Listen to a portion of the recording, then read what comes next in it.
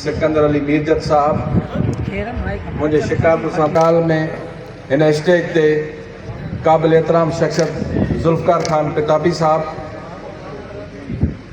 In stage ते वेठल टंडे अलाहियार जा मौजूदी मोहतरम काबिल एहतराम शख्सियतूं इन पिंडाल में पूरे ज़िले का कई आयल उस्ताद साथियों इन महफ़िल जो मोर मुझो प्यारो भा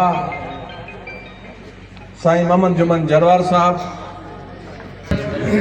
टंडे अलायार के उन्हनि सभिनी उस्तादन के दोस्तन के मुबारकबाद पेश कयां तो जन साईं मोहम्मद जुमन जरवार साहब जो हेॾो प्रोग्राम करे हुनखे जेको आहे सो आनर ॾिनो आहे। मुंहिंजी ख़्वाहिश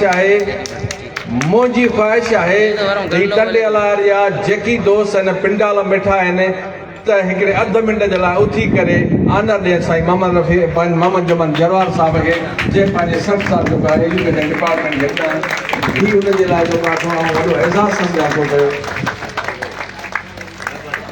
महिरबानी तव्हां दोस्तनि जी।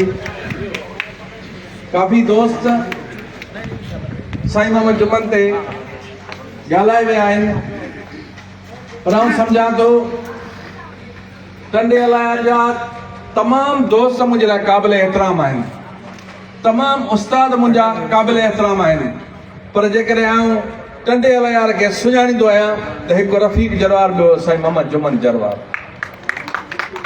मुंहिंजे लाइ मां सॼो टंडो अलायार इहो ई आहे। बहरहाल तक़रीबन 20 साल साईं जुमन सां गॾु रहिया आहियूं।